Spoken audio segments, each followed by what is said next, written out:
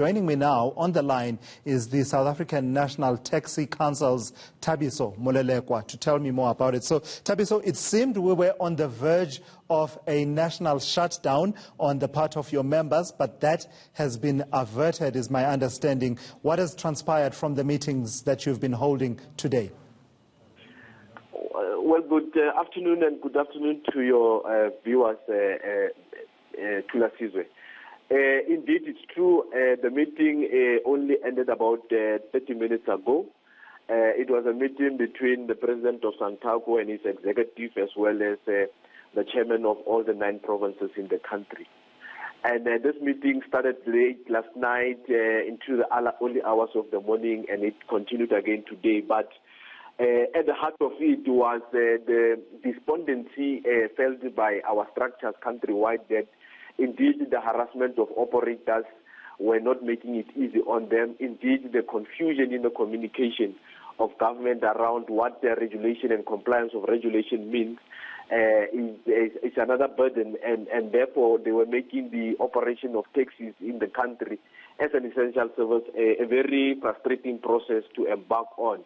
However, I must indicate that we have unanimously agreed that the strike will not take place as was communicated. And it is just regrettable, I must say, that the information about the strike was leaked to the media prematurely because it was still a subject of discussion in the meeting. Right, Thabiso, so with you now having agreed that the strike will not go ahead, what were the conditions that made it possible for you to do that, particularly around the issues around the regulations? We saw some of those regulations being relaxed a bit to allow you to transport people who are going to receive social grants within this lockdown, but also essential service workers.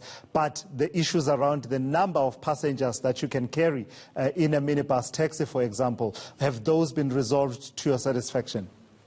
They have been resolved, and I must quickly, indicate that the minister was quite positive about our discussions yesterday, and we engaged in a very robust discussion around those issues.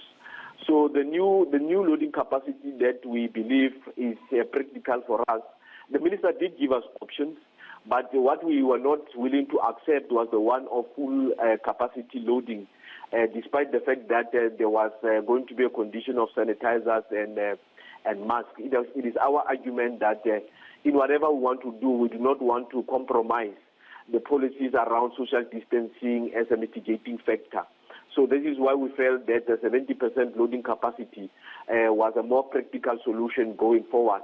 And also, I must indicate that one of the things that we also agreed on when the minister was able to relax, the times, giving grace time of an hour over and above the hours given in terms of the operations of taxi industry. We are, however, which was the point, the bone of contention, the issue around how the empty seats are going to be compensated. Which is, if you would remember, that the taxi industry is the only mode of transport that is not subsidized. Those buses and trains that are parked at their area, at their depots, are still going to get their money one way or the other, and the taxi industry is not going to get that. So that was the bone of contention. But also importantly, the fact that the national government does not seem to be in good communication, understanding with their provincial counterparts. That creates problems. I'm talking to you yesterday. Santaco leadership in the Free State had to attend a court case of 3 taxis with passengers that were arrested since Friday. They have been kept in custody and were only released yesterday on condition. And those people have been quarantined until the 16th of April, which is the end of the 21 days, hopefully. So we are saying the problem is not really what exacerbates our discontent. It's just a question of how the law is applied from province to province. All right, Thabiso Molelekwa, thank you so much for that, giving us an update there from Santaco, explaining that the strike that was set to have taken place tomorrow has been called off. And according to him, there have been some concessions around the operating times, the 1-hour grace period, he tells us, that will be granted beyond the hours of operation stipulated in the lockdown regulations.